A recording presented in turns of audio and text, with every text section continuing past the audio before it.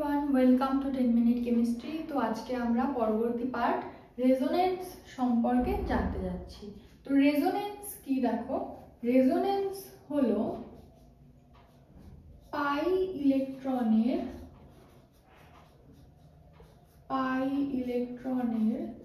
স্থায়ী সরণ।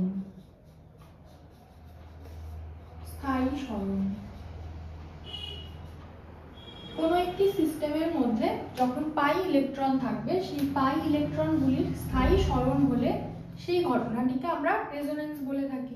এবার পাই ইলেকট্রনের সরণের অনেক এক্সাম্পল আমরা আজকে দেখব। তার আগে বলি যে যেই সিস্টেমে আমরা পাই ইলেকট্রনের সরণ ঘটাবো সেই সিস্টেমটিকে কনজুগেশনে থাকতে হবে, ঠিক আছে।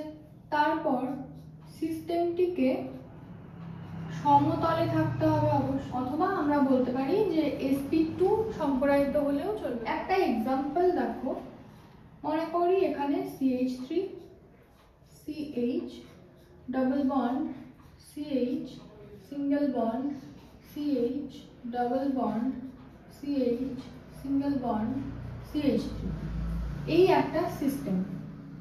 এখানে পাই ইলেকট্রন কোথায় কোথায় আছে?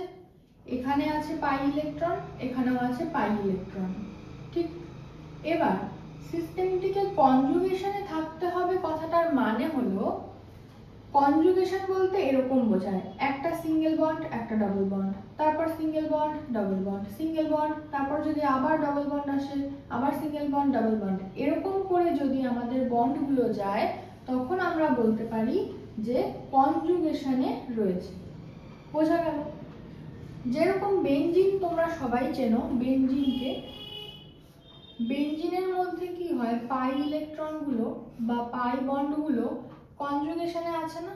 প্রথমে double bond single bond double bond single bond double bond single bond, এই হলো ব্যাপারটা কনজুগেশনের ধারণা। সমতলে বলতে কি বোঝাচ্ছে? দেখো, সমতলে কথাটার মানে হলো এই কার্বনটার সাথে ডাবল বন্ড আছে যুক্ত, তার মানে কার্বনের সংকরায়ন কি sp2, তাহলে এইখানে sp2 এটাও sp2, এভাবে দেখবে এটাও sp2 এটাও sp2। তো এইখান থেকে আমাদের কনজুগেশনটা সম্ভব, এভাবে তারপর এভাবে। এই হলো আমাদের পাই ইলেকট্রনের সরণ। তো এবারে আমরা দেখব যে পাই ইলেকট্রনের সরণ কি করে হয়। পাই ইলেকট্রনের সরণের ক্ষেত্রে দেখো, প্রথমেই একটা কথা মনে করিয়ে দিই যে যদি এখানের পাই ইলেকট্রনের সরণ আমি এই দিকে ঘটাই এই কার্বনে, তাহলে প্রথম কার্বনটির কিন্তু ইলেকট্রনের কমতি হচ্ছে বা ঘাটতি হচ্ছে, আর এখানে এক্সট্রা ইলেকট্রন বন্ডের গিয়ে পড়ছে কার্বনে। তো এই কার্বনে কি হচ্ছে, ইলেকট্রন বেশি হচ্ছে, আধিক্য হচ্ছে। তাহলে আমরা যখন পরবর্তী স্টেজে এই লাইনটিকে লিখব তখন কিন্তু এই CH এর মাথাতে একটা পজিটিভ চার্জ দিতে হবে আর এই CH এর মাথাতে একটা নেগেটিভ চার্জ দিতে হবে। তো এই করে করে যখন লাস্ট অবধি পৌঁছবো তখন দেখব যে কার মাথায় নেগেটিভ চার্জ আসছে আর কার মাথায় পজিটিভ চার্জ আসছে। তো দেখা যাক। তো আমি এই বন্ডের ইলেকট্রনগুলোকে এখানে সরাই, আর তাহলে এখানে যদি চলে আসে বন্ডের ইলেকট্রন, এই কার্বন থেকে আরেকটা বন্ডের ইলেকট্রন ব্রেক করতে হবে, তাহলেই তো কার্বনের চারটে হাত মিলবে। কিন্তু আমি যদি না ব্রেক করি এখানে, তাহলে এটা চলে আসলে তো 1 2 3 4 আর একটা হাইড্রোজেনের সাথে বন্ড, টোটাল 5টা বন্ড হয়ে যাচ্ছে। That's not possible, right? তাহলে আমরা কি করব, এইভাবে বন্ডের ইলেকট্রন একটা বন্ড তৈরি হবে, পাশের আরেকটা বন্ড ভাঙবে, এই হলো ভাঙা গড়ার খেলা রেজোনেন্স। তাহলে পরবর্তী লাইনে কি লিখতে পারি আমরা? আর রেজোনেন্স করার সময় সবসময় অ্যারোটাকে আমাদেরকে উভয়মুখী দিতে হবে, দুদিকেই অ্যারো চিহ্নটা রাখতে হবে। কেন রাখতে হবে সেটাও বলছি। CH এখান থেকে পাই বন্ডের ইলেকট্রন সরে এই বন্ডে চলে গেল, তাহলে এই কার্বনটার ইলেকট্রনের ঘাটতির জন্য পজিটিভ চার্জ। তারপর এখানে সিঙ্গেল বন্ড CH যেমন ছিল তেমন, আর এখানে চলে আসবে ডাবল বন্ড, তারপর CH যেমন ছিল তেমন, এখানে চলে আসবে সিঙ্গেল বন্ড, কারণ একটা বন্ডের পাই ইলেকট্রন তো এই কার্বনের মাথায়, তাহলে এই কার্বনের মাথায় এক্সট্রা ইলেকট্রনের জন্য নেগেটিভ চার্জ দিতে হবে। আর পাশের CH3 কে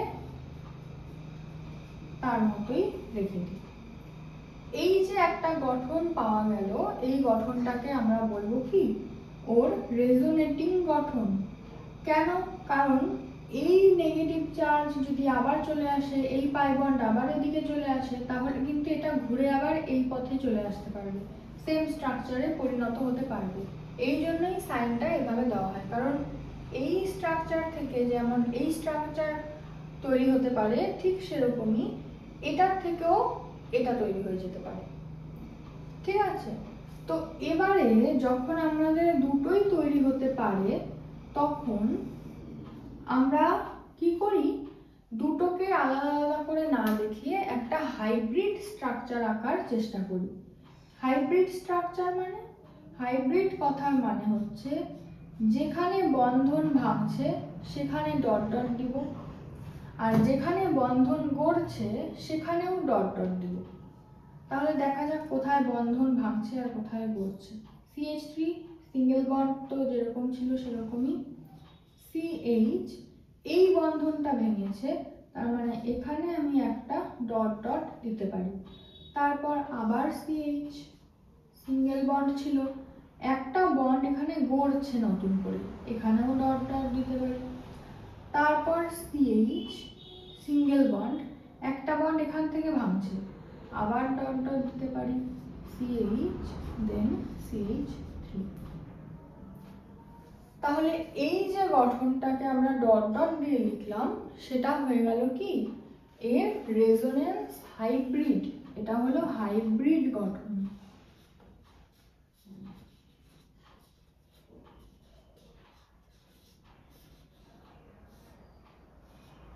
এটা হলো হাইব্রিড গঠন।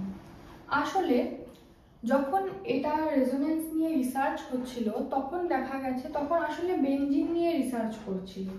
এবার বেনজিন নিয়ে রিসার্চ করার পর আমরা কি জানি, সাধারণত সিঙ্গেল বন্ডের বন্ধন দৈর্ঘ্য অনেক বেশি হয়, আর ডাবল বন্ডের বন্ধন দৈর্ঘ্য কি হয়, তার থেকে কম, এবং ট্রিপল বন্ডের বন্ধন দৈর্ঘ্য আরো কম। তো সেই হিসাবে দেখতে গেলে বেনজিনের এই ডাবল বন্ডের দৈর্ঘ্য কম হওয়ার কথা, আর এই সিঙ্গেল বন্ডের দৈর্ঘ্য বেশি হওয়ার কথা। কিন্তু পরীক্ষার মাধ্যমে দেখা যায় যে প্রতিটি বন্ধনের দৈর্ঘ্যই সেম, প্রতিটি বন্ধনের দৈর্ঘ্যই সেম। এবার এটা কি করে সম্ভব, এই কোশ্চেনের অ্যান্সার খুঁজতে গিয়েই রেজোনেন্স আবিষ্কার হয়ে যায়। কারণ তখন বিজ্ঞানীরা বলেন যে এই যে ইলেকট্রন, পাই ইলেকট্রনগুলো, তারা এক জায়গায় কখনোই স্থির না, তাদের কন্টিনিউয়াসলি সরণ হচ্ছে। এবং এই সরণটা কেমন হচ্ছে, এই ইলেকট্রনগুলো এখানে গিয়ে ডবল বন্ড করছে, এখানে যেই ডবল বন্ড হয়ে গেল, পাশের বন্ডটা ভেঙে এখানে ডবল বন্ড করে যাবে, তারপর আবার পাশের বন্ডটা ভেঙে এখানে ডবল বন্ড করে যাবে। তাহলে আলটিমেটলি ব্যাপারটা যেটা হচ্ছে,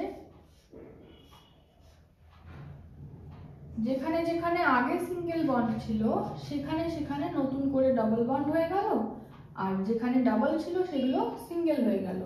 আর এই যে গঠন দুটোর ট্রান্সফরমেশন, এটা কন্টিনিউয়াসলি হচ্ছে, কন্টিনিউয়াসলি ও এটাতে পরিণত হচ্ছে, ও এটাতে পরিণত হচ্ছে। তো পার্টিকুলার কোনো স্ট্রাকচার আমাদের বেনজিনের জন্য বলতে পারি না যে ওর এটাই গঠন হবে বা এটাই গঠন হবে। সেই কারণে তখন একটা রেজোনেন্স হাইব্রিড নামকরণ করা হয়, যেখানে বলা হয় যে যেই বন্ডগুলো ভাঙছে সেখানে ডট ডট দাও, যেই বন্ডগুলো নতুন গড়ছে সেখানে ডট ডট দাও, যেই বন্ডগুলো আবার ভাঙছে সেখানে ডট ডট দাও, যেই বন্ডগুলো গড়ছে সেখানে ডট ডট। এই করে দেখতে দেখতে দেখা যায় যে টোটাল বেঞ্জিনের মধ্যেই একটা ডট ডট ডট ডট দিয়ে ইলেকট্রনগুলোকে দেখানো হচ্ছে। তাহলে এবার যেহেতু টোটালটাই এরকম dot dot dot dot electron দিয়ে দেখানো, তার মানে প্রত্যেকটি বন্ডই সমান দৈর্ঘ্যের হবে এবং এই কারণেই বেঞ্জিনের প্রত্যেকটি বন্ধন দৈর্ঘ্য সমান পাওয়া যায়। আর এটাই হচ্ছে বেঞ্জিনের রেজোনেন্স হাইব্রিড।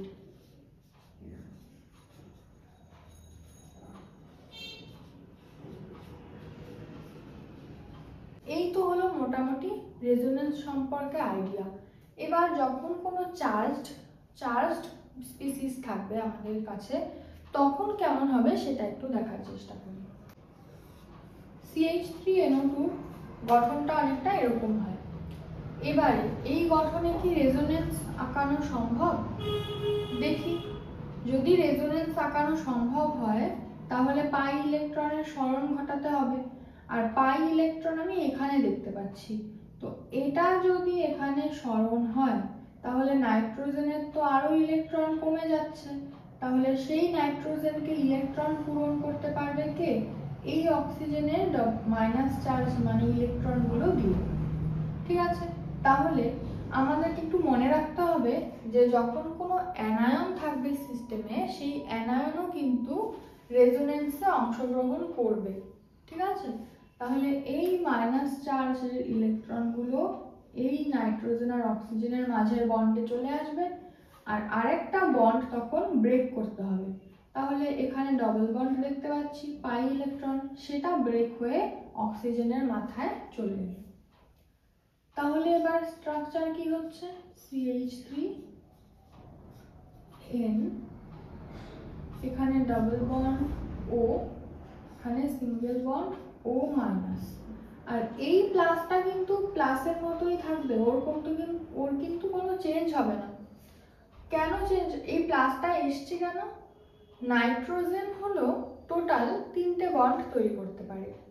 এবার এখানে তো 4টে বন্ড করে ফেলেছে, একটা এক্সট্রা, সেই জন্য ওই এক্সট্রা ইলেকট্রনকে ব্যালেন্স করতে এখানে প্লাস সাইন দেওয়া হয়।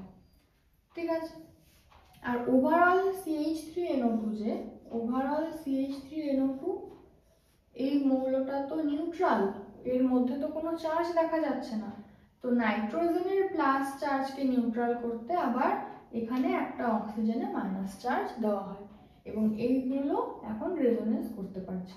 তাহলে এই প্লাসের মতোই থাকবে, ও মাইনাস হয়ে গেল। এবার এই দুটো গঠনের মধ্যে কি কোনো পার্থক্য খুঁজে পাচ্ছ? নিশ্চয়ই পাচ্ছ না, কারণ এখানে নাইট্রোজেনের সাথে একটা সিঙ্গেল বন্ড ও মাইনাস ছিল, একটা ডাবল বন্ড ও। এখানেও তাই, নাইট্রোজেনের সাথে একটা সিঙ্গেল বন্ড ও মাইনাস, একটা ডাবল বন্ড ও। তো এই যে দুটো রেজোনেন্স গঠন, তারা যেহেতু একই রকম, তাই এদেরকে বলা হয় সমতুল্য। এবং যেখানে যেখানে এই সমতুল্য রেজোনেন্স গঠন তৈরি হতে পারে, তারা অধিক স্থায়ী হয় যেখানে অসমতুল্য রেজোনেন্স গঠন তৈরি হয়। তো এবারে দেখো আমরা ফেনলের রেজোনেন্স গঠন আঁকানোর চেষ্টা করি।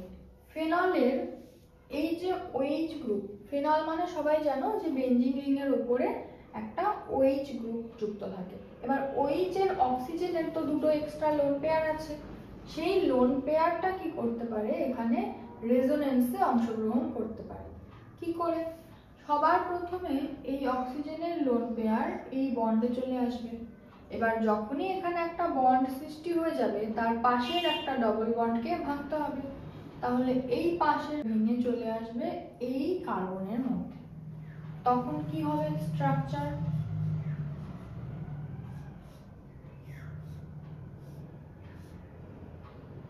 এটা যেরকম ছিল বন্ড সেরকমই থাকুক, এটাও যা ছিল তাই থাকুক। এখানে চলে আসবে ডবল বন্ড, অক্সিজেনের সাথে হাইড্রোজেন ছিল। এবার অক্সিজেনের লোন পেয়ার তো বন্ডে চলে এলো, তাহলে অক্সিজেনের ইলেকট্রনের ঘাটতি, সেই কারণে এখানে একটা প্লাস সাইন দিতে হবে।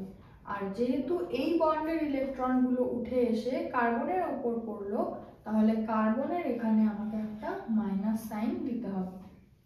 এই হয়ে গেল প্রথম রেজোনেন্স গঠন। নেক্সটে আবার এই যে মাইনাস চার্জ, সেটা এই বন্ডে পড়বে, আর পাশের একটা ডাবল বন্ডের ইলেকট্রন এই কার্বনে চলে আসবে। তাহলে এবার আসি, তোমরা এগুলো নিজেরা বাড়িতে আঁকার চেষ্টা করো, যত বেশি এগুলো ড্র করবে তত ভালো হবে। অক্সিজেনের মাথায় পজিটিভ চার্জ ছিল, এখানে বন্ড যেমন ছিল সেরকমই থাকলো। নেগেটিভ চার্জ দিয়ে এখানে একটা বন্ড তৈরি হলো, আর এই বন্ডটা ভেঙে গিয়ে কার্বনের মাথায় নেগেটিভ চার্জ তৈরি করলো। এটা আরেকটা। নেক্সটে কি হবে, নেক্সটে এই বন্ডটা এখানে যাবে ইলেকট্রনটা, আর পাশেরটা গিয়ে এই কার্বনে চলে আসবে। তখন এটা অ্যাজ ইট ইজ, এখানে ডাবল বন্ড, এখানে মাইনাস চার্জ, এটাও তো যেমন ছিল সেরকমই থাকবে, এখানে কোনো চেঞ্জ নেই।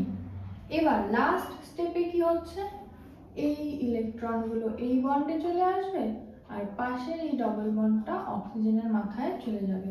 এবার অক্সিজেনের মাথায় অলরেডি পজিটিভ চার্জ ছিল, বন্ডের ইলেকট্রনগুলো গেলে কি হবে, পজিটিভ চার্জ নিউট্রাল হয়ে যাবে, আর নিউট্রাল যখনই হয়ে যাবে তখন আমাদের resonance complete.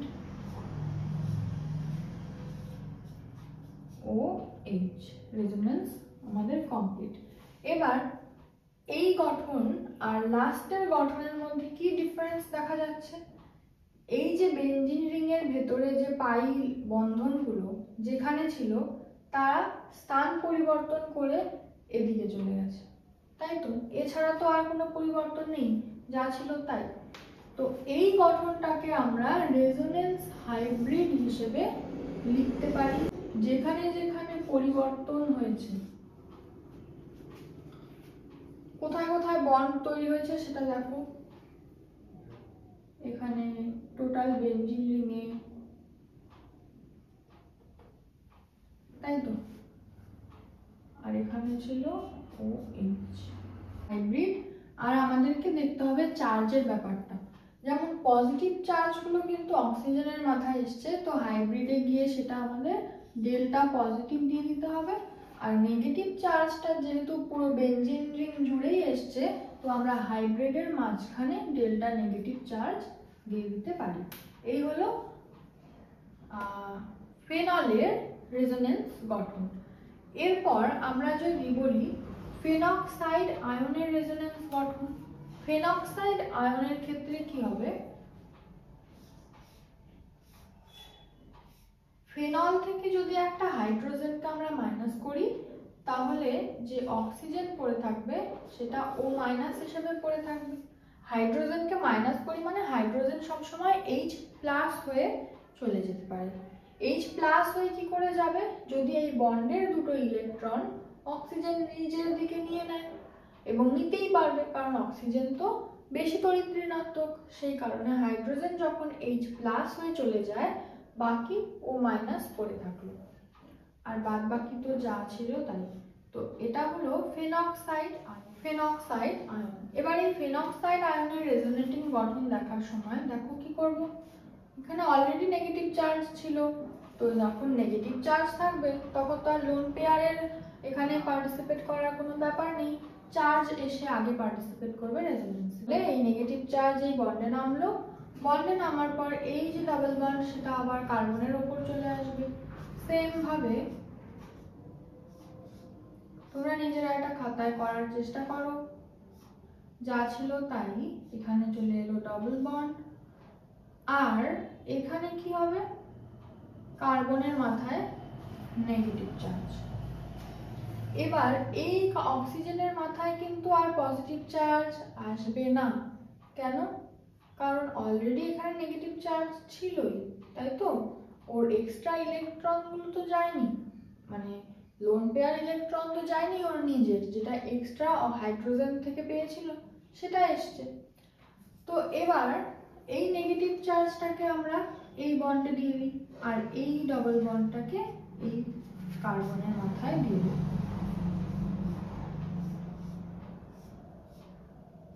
Double bond O, double bond minus bond. এরপর সেম ভাবে এই নেগেটিভ চার্জ এখানে চলে আসবে, এই বন্ডটা এই কার্বনে চলে আসবে।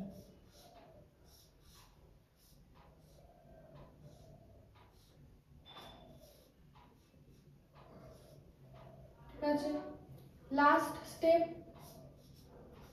এই নেগেটিভ চার্জ আবার এখানে বন্ড গঠন করবে, এখানে ডাবল বন্ডটা অক্সিজেনের মাথায় আবার নেগেটিভ চার্জ হয়ে রয়ে যাবে, ও মাইনাস। তাহলে দেখো সেম ভাবে আগে যা ছিল তাই, শুধু ভেতরের বেঞ্জিন রিং এর যে পাই ইলেকট্রন তার যেরকম ছিল সেটা ওখানে গিয়ে অপোজিট হয়ে গেল। এবার এর যদি আমরা রেজোনেন্স হাইব্রিড আঁকানোর চেষ্টা করি তাহলে কি হবে, বেঞ্জিন রিং যেরকম ছিল সেরকম সমস্ত পাই ইলেকট্রন গুলোই তো সরণ হয়েছে, তাহলে পরে আমরা সবগুলোকেই ডটেড লাইন দিয়ে দেখাতে পারি। ঠিক আছে, এখানে একটা সিঙ্গেল বন্ড দিয়ে অক্সিজেনের যে ডাবল বন্ডটা সেটাও তো একবার গড়েছে আবার একবার ভেঙেছে, তো এখানেও ডটেড লাইন। কিন্তু এবার লক্ষ্য করো অক্সিজেনের মাথায় কি ছিল, নেগেটিভ চার্জ, আবার বেঞ্জিন গুলোও কিন্তু নেগেটিভ চার্জ পেয়েছে, তাহলে এবার অক্সিজেনকেও আমাদের ডেল্টা নেগেটিভ আর বেঞ্জিনকেও ডেল্টা নেগেটিভ চার্জ দিতে হবে।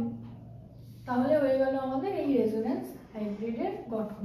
এখানে আমাদের একটি কোশ্চেন আসতে পারে যে ফেনল এবং ফেনক্সাইড আয়ন দুটির মধ্যে কোনটির স্থায়িত্ব বেশি। এবার স্থায়িত্ব বেশির ক্ষেত্রে আমরা পরপর একটু পরেই 8টে রুলের মাধ্যমে বুঝবো কার স্থায়িত্ব বেশি কার কম হয়।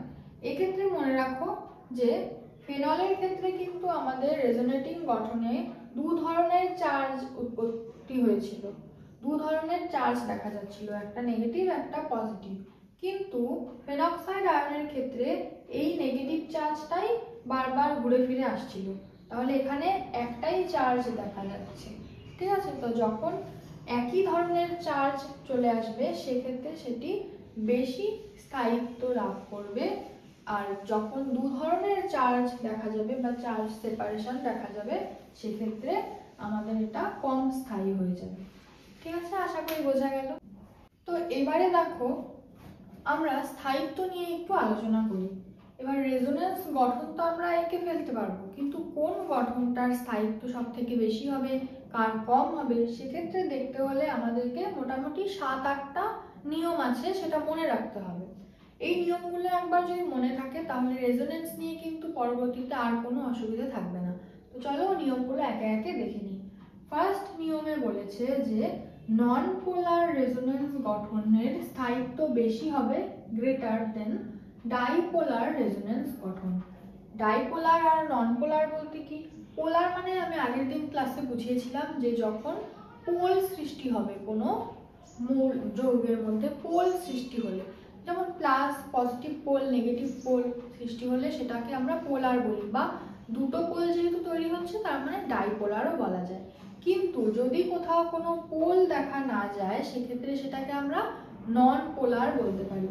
যেরকম ফার্স্ট যে গঠনটা দেখতে পাচ্ছ এখানে কি কোনো পোল আছে, পজিটিভ নেগেটিভ নেই, তাহলে এই গঠনটা কিন্তু নন পোলার।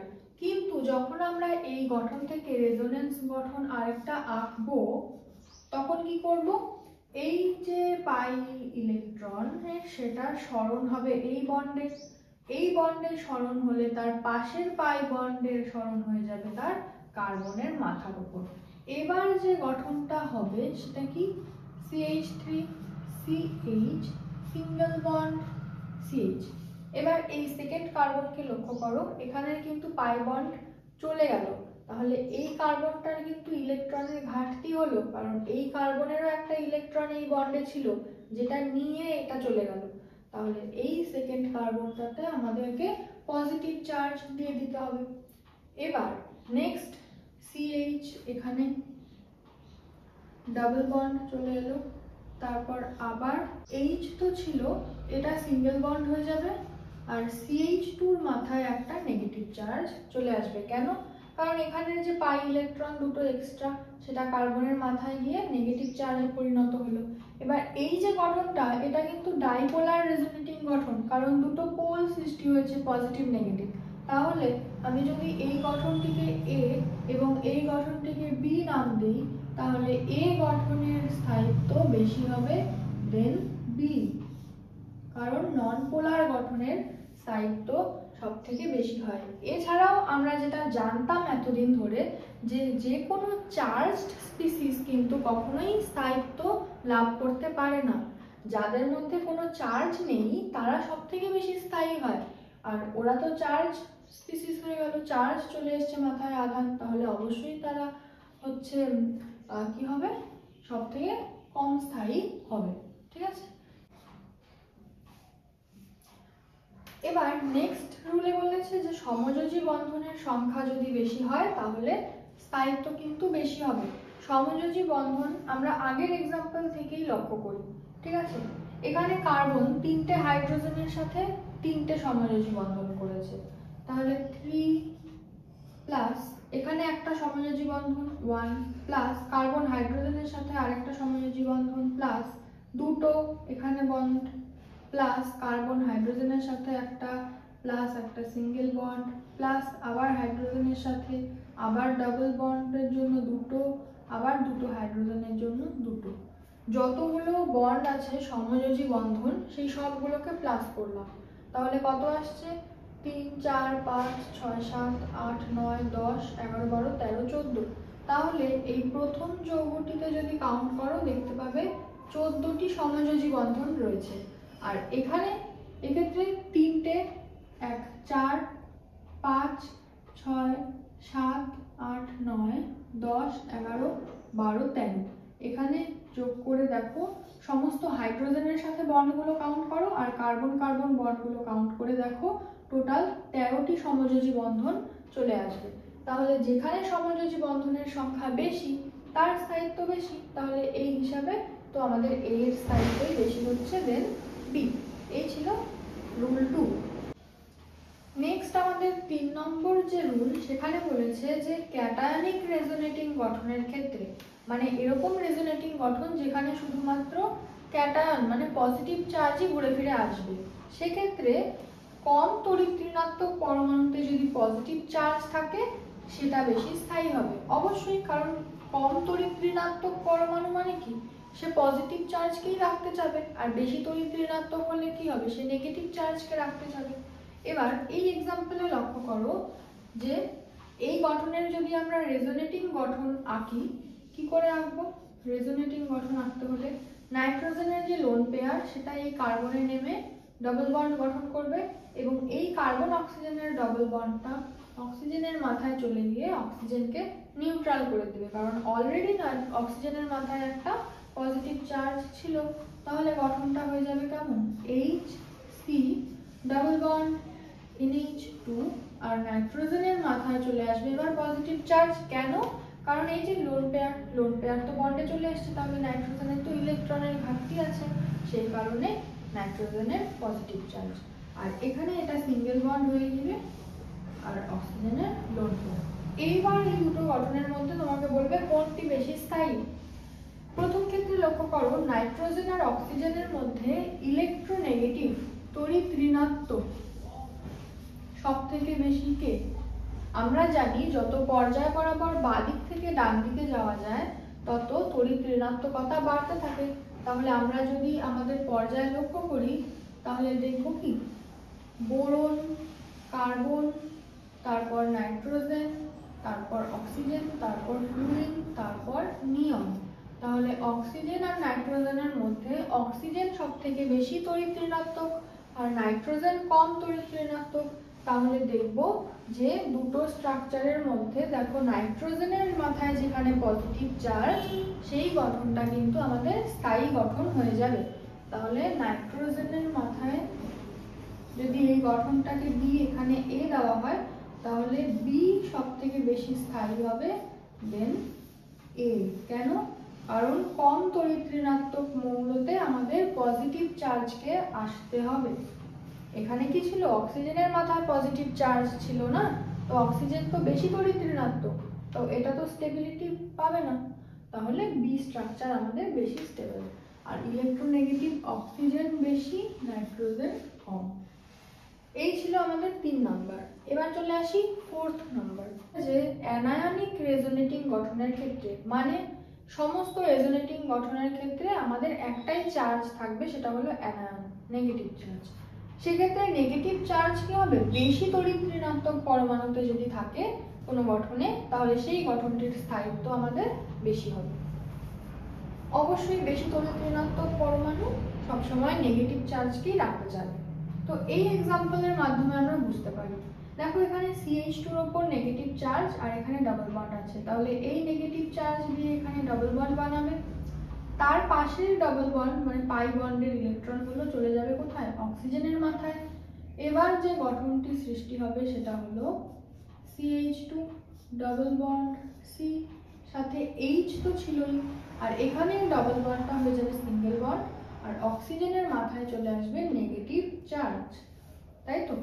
এবার দুটোর মধ্যে লক্ষ্য করে দেখো কার্বন আর অক্সিজেন, কার্বন আর অক্সিজেনের মধ্যে কার ইলেকট্রোনেগেটিভিটি বেশি, তড়িৎ ঋণাত্মকতা বেশি অক্সিজেনের, কার্বনের তো কম, তাহলে অক্সিজেন আমাদের নেগেটিভ চার্জটাকে ধরে রাখতে চাইবে বেশি। সেই কারণে আমরা যদি এটাকে বি গঠন বলি, এটাকে এ গঠন বলি, তাহলে লিখতে পারি বি গঠনের স্থায়িত্ব এ গঠনের থেকেও বেশি, কারণ বেশি তড়িৎ ঋণাত্মক পরমাণু নেগেটিভ চার্জটাকেই রাখতে চাইবে। এখানে কার্বন কিন্তু কম তড়িৎ ঋণাত্মক, তাহলে এই গঠনটা স্থায়ী হবে না। এবার আমরা নেক্সট রুলে চলে যাই। রুলে বলেছে যে রেজোনেটিং গঠনে প্রত্যেকটি পরমাণুর অষ্টক পূর্ণ থাকবে, তার মানে প্রত্যেকটি পরমাণুকেই আমাদেরকে লক্ষ্য করতে হবে। এবার হাইড্রোজেন তো আর অষ্টক পূর্ণ করতে পারবে না, হাইড্রোজেন তো দ্বৈত সূত্রই মেনে দুটো ইলেকট্রন পূর্ণ করবে। তো বাদ বাকি পরমাণুগুলোর ক্ষেত্রে যদি অষ্টক পূর্ণ থাকে সেটির ক্ষেত্রে স্থায়িত্ব কিন্তু বেশি হয়ে যাবে। তো এক্সাম্পল হিসেবে এটা নেওয়া হলো। এক্ষেত্রে দেখো রেজোনেটিং গঠন করি কি করে, এই পজিটিভ চার্জের দিকে ইলেকট্রনের সরণ হবে, কোন ইলেকট্রন, অক্সিজেনের লোন পেয়ার অফ ইলেকট্রনের। তাহলে ইলেকট্রনের সরণের পর গঠনটা হয়ে যাবে CH2 ডাবল বন্ড, অক্সিজেনের মাথায় positive charge, single bond CH3। এই হয়ে গেল রেজোনেটিং গঠন। আশা করি এখন রেজোনেটিং গঠন আঁকতে আর কোনো অসুবিধা হচ্ছে না, অনেকগুলো আঁকা হয়ে গেল। এবার এই দুটো গঠনের প্রত্যেকটি পরমাণুকে লক্ষ্য করো। হাইড্রোজেন তো সবাই দ্বৈত সূত্র মেনেই চলবে, হাইড্রোজেনকে আর দেখছি না এখানে। প্রথমে কার্বনকে লক্ষ্য করো। কার্বন দুটো হাইড্রোজেনের সাথে বন্ড আছে, আমরা যদি বন্ডটা এভাবে দেখাই হাইড্রোজেন হাইড্রোজেন, এবার প্রত্যেকটি বন্ড মানে দুটো করে ইলেকট্রন, তাহলে টোটাল একটা দুটো তিনটে চারটে পাঁচটা ছটা, তার মানে এই কার্বনের ইলেকট্রন কত, 6টা ইলেকট্রন। এই অক্সিজেনে 1 2 3 4 দুটো লোন পেয়ার, 5 6 এখানে লোন পেয়ার, 7 8, তাহলে এই অক্সিজেনের 8টা ইলেকট্রন কমপ্লিট। কার্বনের 3টে হাইড্রোজেনের সাথে 3টা বন্ড, প্রত্যেকটি বন্ডে দুটো করে ইলেকট্রন, তার মানে 3 2 6টি ইলেকট্রন, আর কার্বন অক্সিজেনের মধ্যে এই একটি, তাহলে টোটাল 8টি ইলেকট্রন কিন্তু এই কার্বনেরও কমপ্লিট। নেক্সট এই কার্বনে দেখো দুটো হাইড্রোজেনের সাথে দুটো বন্ড, 2 2 4, আর এখানে ডাবল বন্ড, আরো 4টে ইলেকট্রন, তাহলে এই কার্বনের কিন্তু 8টা ইলেকট্রন পূর্ণ আছে। সেম ভাবে অক্সিজেনের দেখো 1 2 3টা বন্ড, 3টা বন্ডের দুটো করে ইলেকট্রন, 3 2 6, আর একটা লোন পেয়ার, তার মানে টোটাল 8টা ইলেকট্রন।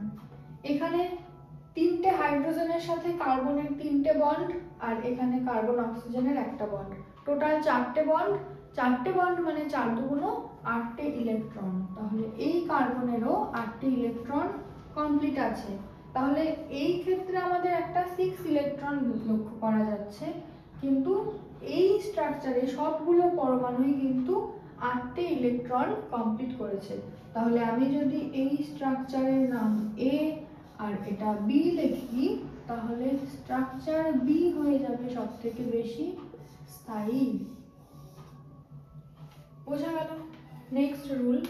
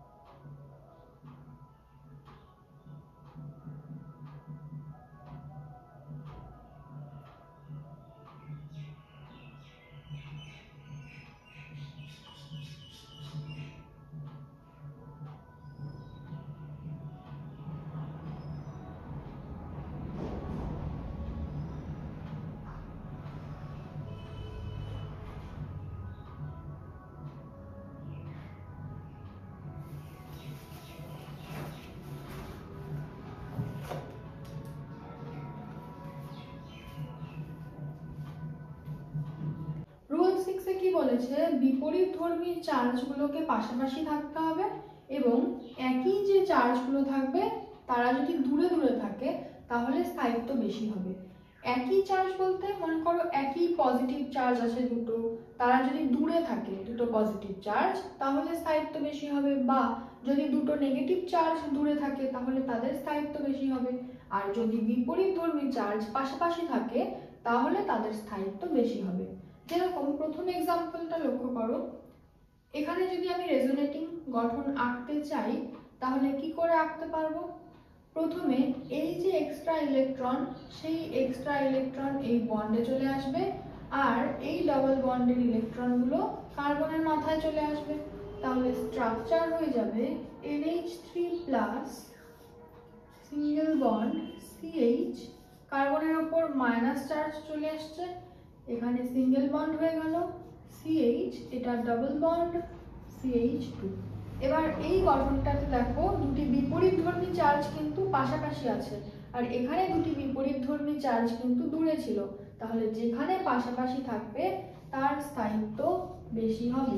তাহলে প্রথম ক্ষেত্রে বি এর স্থায়িত্ব বেশি এ এর থেকে। আশা করি বোঝা গেল। এবার নেক্সট এক্সাম্পলে যদি রেজোনেটিং গঠন আঁকতে চাই তাহলে আমরা কি দেখতে পাবো? কার্বন আর অক্সিজেনের মধ্যে অক্সিজেন তো বেশি তড়িৎ ঋণাত্মক, তাহলে পাই ইলেকট্রনগুলো অক্সিজেনের দিকে সরে যাবে আর অক্সিজেনের দিকে সরে যাওয়ার পরে যা সৃষ্টি হবে তা হলো নাইট্রোজেনের পজিটিভ চার্জ যেরকম ছিল সেরকম, কার্বনের থেকে একটা ইলেকট্রন কি হচ্ছে চলে যাচ্ছে না ওদিকে দূরে, তাহলে কার্বন পজিটিভ চার্জ চলে আসবে, এখানে অক্সিজেনের মধ্যে নেগেটিভ চার্জ চলে আসবে। এবার এই গঠনটাতে লক্ষ্য করলে দেখা যাচ্ছে কি দুটি একই ধরনের চার্জ পাশাপাশি আছে। তো আমরা তো জানি একই ধরনের চার্জ কি দূরে থাকলে স্থায়িত্ব বেশি হবে, তাহলে যেহেতু কাছাকাছি আছে তার মানে এটা যদি বি হয় আর এই গঠনটা এ হয় তাহলে এ বেশি স্থায়িত্ব হবে বি এর থেকে, কারণ বিতে কি দেখা যাচ্ছে একই ধরনের চার্জ পাশাপাশি আছে, সেটা স্থায়িত্ব কম। ঠিক আছে, এই গেল আমাদের রুল 6। তো এবার লক্ষ্য করো 7 নাম্বার রুলে বলা আছে অ্যারোম্যাটিক গঠনের স্থায়িত্ব সবথেকে বেশি হবে। অ্যারোম্যাটিক গঠন মানে অ্যারোম্যাটিক হওয়ার কিছু শর্ত আছে, যেরকম যেই যৌগটিকে আমরা দেখব সেই যৌগটিকে সাইক্লিক হতে হবে মানে বলয়াকার হতে হবে, সেই যৌগটির প্রত্যেকটি কার্বনকে sp2 হতে হবে সংকরায়িত। sp2 মানে কি তাকে পুরো যৌগটিকে সমতলে থাকতে হবে, এটা সেকেন্ড। আর থার্ড রুল বলেছিল যে পাই বন্ডগুলোকে কনজুগেশনে থাকতে হবে, এবং ফোর্থ লাস্ট রুলে বলা আছে যে 4n+2 পাই ইলেকট্রন তাকে রাখতে হবে। 4n+2 বলতে 4n+2 বলতে n এর মান এখানে 0 1 2 ডট ডট ডট যা খুশি হতে পারে। এবার n এর মান যদি 0 হয় তাহলে এখানে দুটো পাই ইলেকট্রন চলে আসছে। ঠিক আছে, দুটো পাই ইলেকট্রন আছে যাদের মধ্যে তারা অ্যারোম্যাটিক হতে পারে এবং বাকি কন্ডিশনগুলোও আমাদের দেখতে হবে। এবার n এর মান যদি 1 এ চলে আসে তাহলে কি 4 আর 2 6, তার মানে 6 পাই ইলেকট্রন যাদের মধ্যে আছে তারাও কিন্তু অ্যারোম্যাটিক হতে পারে। এবার বেনজিন কিন্তু এই সবকটি কন্ডিশনকে ফুলফিল করে। যেরকম বেনজিন হলো সাইক্লিক মানে বলয়াকার, বেনজিনের প্রত্যেকটি কার্বনই হচ্ছে sp2 কার্বন এবং প্রত্যেকটি পাই বন্ড কি আছে কনজুগেশনে রয়েছে, এবং 6টি পাই ইলেকট্রনই কিন্তু আছে এখানে, 3টি পাই বন্ড মানে 6টি পাই ইলেকট্রন, যেটা এই 4n+2 রুলকেও স্যাটিসফাই করছে। কি করে? আমরা যদি n এর মান 1 বসাই তাহলে এখানে টোটাল 6 পাই ইলেকট্রনই হচ্ছে। তো সব দিক থেকে বিচার করে দেখা যাচ্ছে যে বেনজিন রিং কিন্তু অ্যারোম্যাটিক। এবারে এই যে যৌগটি এখানে তো বেনজিন রিং তার অ্যারোম্যাটিসিটি ধরে রেখেছে, তাই না? কিন্তু যখন আমরা এর রেজোনেটিং গঠন করব তখন আমাকে বেনজিন রিং এর ভেতর থেকে পাই ইলেকট্রনের সরণ করতে হবে এই বন্ডে, যাতে এই কার্বনটা নিউট্রাল হতে পারে। তাহলে তখন গঠনটা কেমন হবে? রেজোন্যান্সের পর গঠনটা হয়ে যাবে ডাবল বন্ড এখানে CH2, আর এই যে এখান থেকে যে বন্ডের পাই বন্ডের ইলেকট্রনগুলো সরে গেল, তাহলে এই কার্বনটাতে ইলেকট্রনের ঘাটতি হবে, তাহলে এই কার্বনে আমরা একটা পজিটিভ চার্জ দিয়ে দেব। এবার দুটো গঠন লক্ষ্য করো, এখানে কিন্তু বেনজিনের যে অ্যারোম্যাটিসিটি সেটা নষ্ট হয়ে গেছে, কিন্তু এখানে তো বেনজিন অ্যারোম্যাটিক ছিল, তাহলে অ্যারোম্যাটিক গঠনের স্থায়িত্ব বেশি হবে। তার মানে আমরা যদি এটাকে এ আর এই গঠনকে বি দেই, তাহলে এ গঠনের স্থায়িত্ব বেশি হবে দেন বি গঠন। বোঝা গেল? এবার চলে আসি নেক্সট রুল। নেক্সট রুলে বলেছে যে যারা সমতুল্য রেজোনেটিং গঠন তৈরি করে তারা স্থায়ী বেশি হয়। আগে আমরা সমতুল্যটা কি জিনিস সেটা দেখেছি, আরেকবার দেখে নিচ্ছি। এটা হচ্ছে অ্যাসিটেট আয়ন। অ্যাসিটেট আয়নের ক্ষেত্রে দেখো এই যে নেগেটিভ চার্জটা সেটা এখানে চলে আসবে, আর এই যে CO ডবল বন্ড সেই ডবল বন্ডের ইলেকট্রনটা অক্সিজেনের মাথায় চলে যাবে, তাহলে গঠনটা হয়ে যাবে CH3C। এটা সিঙ্গেল বন্ড O মাইনাস হয়ে যাচ্ছে আর এখানে ডাবল বন্ড O হয়ে যাচ্ছে। এবার তুমি লক্ষ্য করো এই দুটো গঠনের মধ্যে কি কোনো পার্থক্য আছে? নেই, কারণ প্রথম গঠনে কার্বনের সাথে সিঙ্গেল বন্ড দিয়ে O মাইনাস ছিল এবং একটি ডাবল বন্ড O ছিল, এখানেও কার্বনের সাথে সিঙ্গেল বন্ড দিয়ে একটি O মাইনাস এবং ডাবল বন্ড O। দুটো গঠনের মধ্যে কিন্তু সেরকম কিছুই পার্থক্য নেই, তাহলে এই গঠনগুলোকে আমরা বলতে পারি সমতুল্য সমতুল্য রেজোনেটিং গঠন। কিন্তু আমরা যদি পরের স্ট্রাকচারে চলে যাই, এটা হলো অ্যাসিটিক অ্যাসিড। অ্যাসিটিক অ্যাসিড থেকে হাইড্রোজেন বের করে দিলেই কিন্তু অ্যাসিটেট আয়ন গঠন করা হয়, ঠিক আছে? কিন্তু আমরা এবার শুধু অ্যাসিটিক অ্যাসিডের গঠনটা লক্ষ্য করি। অ্যাসিটিক অ্যাসিডের গঠন লক্ষ্য করলে দেখতে পাবো যে এই যে অক্সিজেনের উপর যে double lone pair of electron রয়েছে, সেই লোন পেয়ার ইলেকট্রন দিয়ে এই বন্ডের মধ্যে ডবল বন্ড তৈরি করার চেষ্টা করবে। আবার এইখানে ডবল বন্ড তৈরি হয়ে গেলে পাশের ডবল বন্ডটা চলে যাবে কোথায়? অক্সিজেনের মাথায়। এবার এখানে গঠনটা আঁকি, CH3C, এখানে সিঙ্গেল বন্ড O হয়ে এখানে মাইনাস হয়ে যাচ্ছে কারণ এক্সট্রা ইলেকট্রন অক্সিজেনের মাথায় চলে গেল, আর এখানে হয়ে যাচ্ছে ডাবল বন্ড O, সাথে হাইড্রোজেন তো ছিল। এবার অক্সিজেন যেহেতু নিজের লোন পেয়ারটাকে হারিয়েছে এই কার্বন অক্সিজেনে ডাবল বন্ড করতে গিয়ে, তো এই লোন পেয়ার হারানোর কারণে তার মাথায় একটা পজিটিভ চার্জ দিতে হবে। এবার এই দুটো গঠনকে লক্ষ্য করে দেখো দুটো কি সমতুল্য? একই রকম হচ্ছে না, কারণ প্রথম গঠনে কোথাও কোনো চার্জই ছিল না, কিন্তু দ্বিতীয় গঠনে আমরা দেখতে পাচ্ছি একটা পজিটিভ চার্জ এবং একটা নেগেটিভ চার্জ চলে এসছে। তার মানে এই দুটো গঠন কিন্তু সমতুল্য নয়, সমতুল্য নয়। তাই এবার যদি তোমাকে জিজ্ঞেস করে যে অ্যাসিটিক অ্যাসিড এবং অ্যাসিটেট আয়নের মধ্যে কে বেশি স্থায়ী এবং কেন, তাহলে এটা লিখতে হবে। তাহলে কি লিখবো? অ্যাসিটেট আয়ন বেশি স্থায়ী অ্যাসিটিক অ্যাসিডের থেকে, কারণ রেজোনেটিং গঠনগুলো হয়ে যায় সমতুল্য। এই ছিল আমাদের 8 নাম্বার রুল।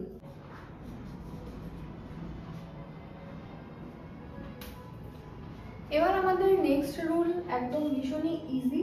সেটা বলেছে রেজোনেটিং গঠনের সংখ্যা যদি বৃদ্ধি পায় তাহলে তার স্থায়িত্ব বৃদ্ধি পাবে। এবার এটা কি করে বুঝবো?